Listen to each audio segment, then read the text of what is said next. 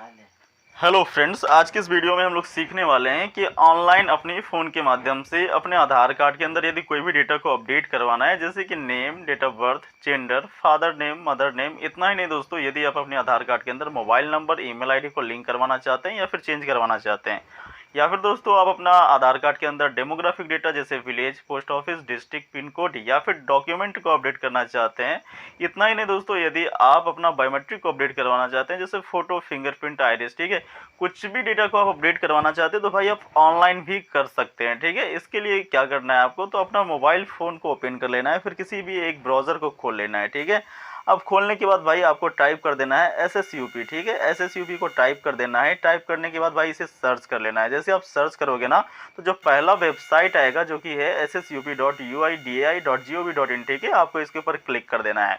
अब जैसे आप यहाँ पे क्लिक करोगे ना, तो आपको आधार कार्ड का जो ऑफिशियल पेज होता है इसके ऊपर आपको रीडायरेक्ट कर दिया जाता है। ठीक है, अब यहाँ पे आपको क्या करना है, आपको स्क्रॉल करते हुए नीचे आ जाना है और नीचे आने के बाद में कई सारे आपको ऑप्शंस देखने को मिल जाते हैं, जिसमें से एक ऑप्शन यहाँ पे देखने को आपको मिल जाएगा, बुक एंड अपॉइंटमेंट। ठीक है, बुक एंड अपॉइंटमेंट, भाई आपको इसके ऊपर क्लिक कर देना है। ठीक है, अब यहाँ पे आप जैसे क्लिक करोगे ना, एक नए पेज के ऊपर आपको यहाँ पे भेजा जाएगा, तो एटलीस्ट कुछ सेकंड तक आपको वेट कर लेना है जब तक कि आपका पेज खुल ना जाए। ठीक है, अब भाई आपको जो है वो स्क्रॉल करते हुए नीचे आ जाना है। ठीक है, नीचे आने के बाद यहाँ पे एक ऑप्शन आपको देखने को मिल रहा है, book an appointment at UIDI run Aadhaar सेवा केंद्र। ठीक है, और यहाँ पे सिलेक्ट सिटी लोकेशन लिखा गया, भाई आपको इसके ऊपर क्लिक कर देना है और यहाँ से आपको अपना स्टेट का जो नज़दीकी शहर होगा उसे सेलेक्ट कर लेना है। भाई देखिए, हमारे देश के अंदर टोटल 28 राज्य और 8 केंद्र शासित प्रदेश है, यानी कि 28 स्टेट और 8 यूटीज़ हैं। आप जिस भी स्टेट अथवा यूटी से बिलोंग करते होंगे, आपको अपना नज़दीकी शहर वहाँ से सेलेक्ट कर लेना है। ठीक है, सेलेक्ट करने के बाद सिंपली यहाँ पे जो लॉगिन वाला बटन है उसके ऊपर आपको क्लिक कर देना है। भाई यहाँ पे देखिए, यहाँ पे सिटी लोकेशन सेलेक्ट करने के बाद प्रोसीड टू बुक अपॉइंटमेंट है, भाई इसके ऊपर आपको क्लिक कर देना है। अब भाई जैसे आप लॉगिन करते हो ना, एक नया पेज यहाँ पे डिस्प्ले हो जाता है और यहाँ पे आपको 4 ऑप्शन देखने को मिलता है, एक आधार अपडेट का, दूसरा न्यू आधार का। आपको आधार अपडेट के अंदर सेलेक्ट रहने देना है, आपको नीचे आ जाना है। ठीक है, नीचे आने के बाद यहाँ पे कह रहा है मोबाइल नंबर, तो आपको कोई भी मोबाइल नंबर इंटर कर देना है। आगे कैप्चा कोड लिखा हुआ है, भाई कैप्चा कोड के अंदर यहाँ पे देखिए कैप्चा आपको देखने को मिलेगा। यहाँ पे सबसे पहले तो रिफ्रेश कैप्चा कर लेते हैं। मैं भाई कैप्चा को रिफ्रेश करने के बाद फाइनली कैप्चा आ चुका है। ठीक है, कैप्चा को फिल कर लेना है और फिर जनरेट OTP वाला बटन के ऊपर क्लिक करना है। जैसे आप क्लिक करोगे ना, जो मोबाइल नंबर आपने इंटर किया है उसमें एक OTP आ जाएगा 6 डिजिट का। ठीक है, उस OTP को आगे आपको इंटर करना होगा। तो चलिए सबसे पहले तो मैं यहाँ पे डिटेल्स को फिलअप कर लेता हूँ। भाई OTP आ जाने के बाद आपको OTP यहाँ पे इंटर कर देना है और फिर यहाँ पे वेरीफाई OTP का एक आपको ऑप्शन इनेबल देखने को मिल जाएगा। उसके बाद आपको वेरीफाई OTP के ऊपर क्लिक कर लेना है। अब यहाँ पे दोस्तों आपका 4 स्टेप के अंदर काम होगा। पहला जो स्टेप है अपॉइंटमेंट डिटेल्स, ठीक है, दूसरा स्टेप है यहाँ पे पर्सनल डिटेल्स, और तीसरा जो स्टेप है वो टाइम और स्लॉट का डिटेल है। आप इसमें टाइम और स्लॉट को सेलेक्ट कर सकते हो। आगे यहाँ पे जो है वो रिव्यू है और फिर फाइनल सबमिट है। ठीक है, तो देखिए यहाँ पे सबसे पहले जो पूछा जा रहा है वो रेसिडेंट और नॉन रेसिडेंट ऑफ इंडिया। भाई आप NRI कैंडिडेट हो, यानी बाहरी मतलब दूसरे देश से आप आए हो और भारत में बस गए हो, तो आप इस वाले बॉक्स में टिक कर देना। अन्यथा फिर यदि आप भारतीय कैंडिडेट हो तो यहाँ रेसिडेंट वाला बॉक्स में टिक रहने देना है। ठीक है, आगे यहाँ पे कह रहा है कि आधार नंबर, तो सिंपली आपको अपना आधार नंबर इंटर कर देना है यहाँ पे, जैसा कि आप देख पा रहे होंगे।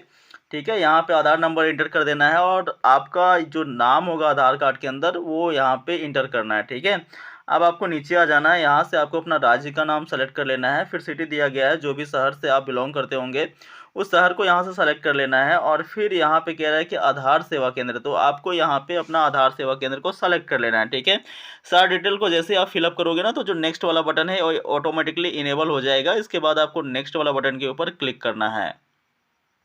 दोस्तों जैसे आप नेक्स्ट वाला बटन के ऊपर क्लिक करोगे ना, यहाँ पे नेक्स्ट पेज के ऊपर आपको रीडायरेक्ट करता है और यहाँ पे पूछा जा रहा है कि आप कौन से फील्ड को अपडेट करवाना चाहते हो। ठीक है, यहाँ पे देखिए नेम है, जेंडर है, न्यू मोबाइल नंबर है, email address, date of birth, biometric. ठीक है, तो भाई जो भी डेटा को आप अपडेट करवाना चाहते हो ना, उसको आपको यहाँ पे टिक कर लेना है। जैसे कि यहाँ पे मेरे को डेट ऑफ बर्थ को अपडेट करवाना है। ठीक है, तो मैं डेट ऑफ बर्थ का जो देखिए बायां साइड वाला कॉलम बना हुआ है ना, बायां साइड वाला जो चेकबॉक्स बना है भाई, इसके ऊपर आपको क्लिक कर कर देना है। मान लीजिए आपको मोबाइल नंबर को अपडेट करवाना है तो इसके बाएं साइड में ये वाला चेक बॉक्स है, इसमें आपको टिक कर देना है, ठीक है। और मान लीजिए आपको जो है वो एड्रेस को अपडेट करना है तो भाई इसके बाएं साइड में ये वाला चेक बॉक्स बना है तो इसमें आपको टिक कर देना है, ठीक है। तो खैर मेरे केस में यहाँ पे डेट ऑफ बर्थ को अपडेट करवाना है तो मैं इस वाले चेक बॉक्स के अंदर टिक कर देता हूँ। टिक करने के बाद देखिए यहाँ पे कह रहा है कि नई जन्म तिथि, तो यहाँ पे जो न्यू डेट ऑफ बर्थ है वो इंटर करना है। उसके बाद यहाँ पे कह रहा है कि डेट ऑफ बर्थ प्रूफ, यहाँ पे प्रूफ आप क्या देना चाहते हो, ठीक है, तो वो आपको इंटर कर देना है। आप जो भी आप अपडेट करवाना चाहोगे वो यहाँ पे आपको सेलेक्ट कर लेना है, ठीक है। तो यहाँ पे अपना हिसाब से आप सेलेक्ट कर लीजिएगा जो भी डेटा को आपको यहाँ पे अपडेट करवाना होगा।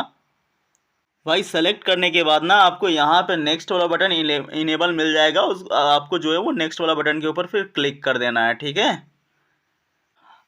अब दोस्तों यहाँ पे आपको जो है अपना डेट और अपना स्लॉट, ठीक है, यहाँ से आपको सेलेक्ट कर लेना है। यहाँ पे आप देख पा रहे होगे जो डार्क कलर के अंदर लिखा गया है, जैसे 20 तारीख का है, 21 तारीख का, ये डार्क कलर वाले डेट के अंदर आप अपना यहाँ पे आधार कार्ड को अपडेट कर सकते हो। तो जो भी डेट के अंदर आप यहाँ पे कंफर्टेबल हो जा सकते हो, मतलब जिस डेट में के अंदर आपका काम ना हो उस डेट को आप सेलेक्ट कर सकते हो, ठीक है। तो मैं यहाँ पे रेंडमली एक डेट सेलेक्ट कर लेता हूँ दोस्तों, ताकि आपको ये समझ में आ जाए आगे का प्रोसेस, ठीक है।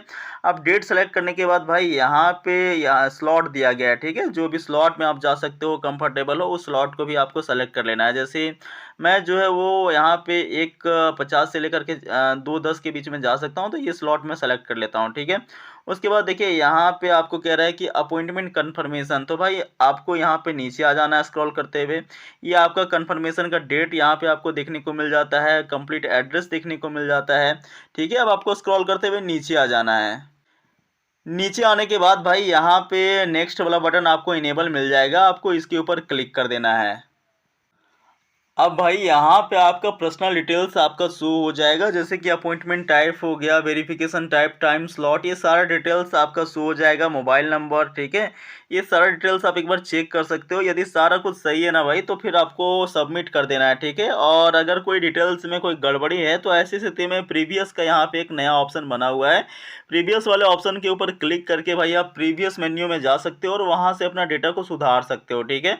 तो खैर हमारा सारा डिटेल यहाँ पे सही है, तो मैं यहाँ पे सबमिट वाला बटन के ऊपर क्लिक कर देता हूँ। यहाँ पे जैसे आप सबमिट करोगे ना तो देखिए पूछ रहा है कि आर यू श्योर, क्या आप श्योर हो, तो भाई श्योर हो, सारा कुछ डिटेल सही है, तो फिर आप ओके वाला बटन के ऊपर क्लिक कर सकते हो।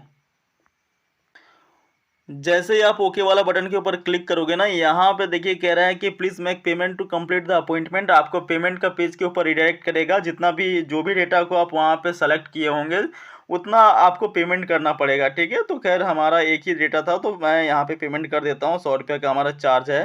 यहाँ पे देखिए जैसे पेमेंट करोगे ना तो ओके वाला बटन है, इसके ऊपर क्लिक करके आपको पेमेंट पेज के ऊपर रिडायरेक्ट कर देगा। अब पेमेंट करने के लिए भाई यहाँ पे कह रहा है सिलेक्ट पेमेंट मेथड, ठीक है, पेमेंट मोड, यहाँ पे ऑनलाइन वाला बॉक्स में टिक कर देना है। फिर यहाँ पे पे यू का सेक्शन बना है, इसमें आपको टिक कर देना है। आगे कह रहा है कि किस मीडियम से आप पेमेंट करना चाहते हो, देखिए सारे मीडियम से यहाँ पे credit card, debit card, net banking, UPI, ठीक है। तो यूपीआई के माध्यम से आप करना चाहते हो तो कर सकते हो। यहाँ पे यूपीआई सेलेक्ट कर लेना है। फिर मेक पेमेंट का यहाँ पे बॉक्स बना हुआ है, माफ़ कीजिएगा दोस्तों, मेक पेमेंट का यहाँ पे लिंक है, इसके ऊपर क्लिक कर देना है। क्लिक करने के बाद दोस्तों भाई यहाँ से आपको पेमेंट कर देनी है, ठीक है। यहाँ पे पेमेंट आपका हो जाएगा और फिर आपको कुछ इस प्रकार से पेज जो है वो मिल जाएगा, ठीक है, पेज जो है वो मिल जाएगा। और ये जो आपका पीडीएफ है उसे आपको डाउनलोड कर लेनी है। डाउनलोड करने के बाद आपको कोई सपोर्टिंग डॉक्यूमेंट्स जैसे कि आपका पैन कार्ड हो गया, ड्राइविंग लाइसेंस हो गया, या फिर कोई और डॉक्यूमेंट्स आप लेते जा सकते हो, ठीक है। और जो भी टाइम और डेट स्लॉट आप सेलेक्ट किए होंगे उस स्लॉट में आपको चले जाना है और फिर अपना आधार कार्ड जो है वो आधार सेंटर पे आपका इजीली अपडेट कर दिया जाएगा। और एटलीस्ट दोस्तों इसके लिए अपडेट होने में मैक्सिमम जो समय सीमा है वो 30 दिनों का समय सीमा है, बाकी इसका कोई मिनिमम समय सीमा नहीं है। 7 दिनों के भीतर भी कभी हो जाता है, कभी 48 आवर्स के अंदर भी हो जाता है, और कभी कभी तो दोस्तों यहाँ पे 24 आवर्स के अंदर भी अपडेट कर दिया जाता है, ठीक है। तो मैक्सिमम समय सीमा मैंने आपको बता दिया 30 दिन, बाकी यार मिनिमम का कोई इशू नहीं है, मिनिमम आपका 24 घंटे के भीतर भी हो सकता है, ये डिपेंड करता है आपके भाग्य के ऊपर, ठीक है। तो दोस्तों यहाँ पे मैंने आपको ऑलमोस्ट सभी सभी प्रकार की जानकारी देने का प्रयास किया है कि भाई कैसे जो है वो आपको अपडेट करनी होती है। ऑनलाइन घर बैठे दोस्तों कोई प्रोसीजर नहीं है, ऑनलाइन आप जो है वो केवल एड्रेस को अपडेट कर सकते हो, ठीक है।